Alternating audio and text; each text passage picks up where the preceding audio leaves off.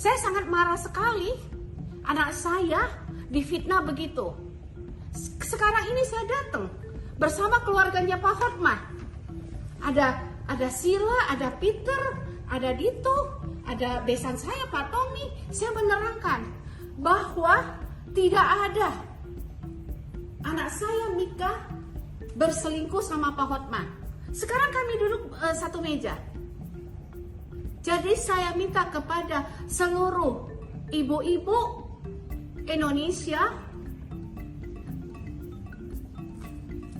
jangan mau kalau ada anaknya yang difitnah seperti anak saya.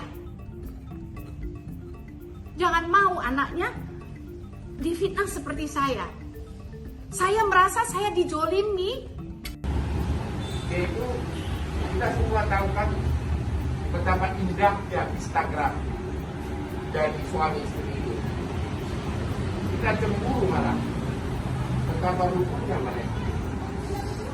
Kita masih menginginkan agar terjadi perdamaian. Apalagi suami istri ini adalah pengikut Kristen yang sangat taat. Dan di dalam Alkitab disebutkan pasangan yang dipertemukan oleh Allah tidak boleh disahkan oleh manusia. Itu adalah salah satu hukum dalam Alkitab. Jadi kita masih mengharapkan agar pasangan ini kembali hukum kalau mungkin. Saya mau tanya kepada Ibu Desi. Pertama itu mendapat ini, kedua Apa dah? ini tiga Pak. Pertama mendapat ini, yang kedua adalah pribadi baru ini ada tendensi atau ada rasa bapak bukan loh juga Pak. Saya menganggap itu hal biasa. Yang saya sangat terkejut adalah aku banyak ketinggalan dibanding saingan-saingan saya.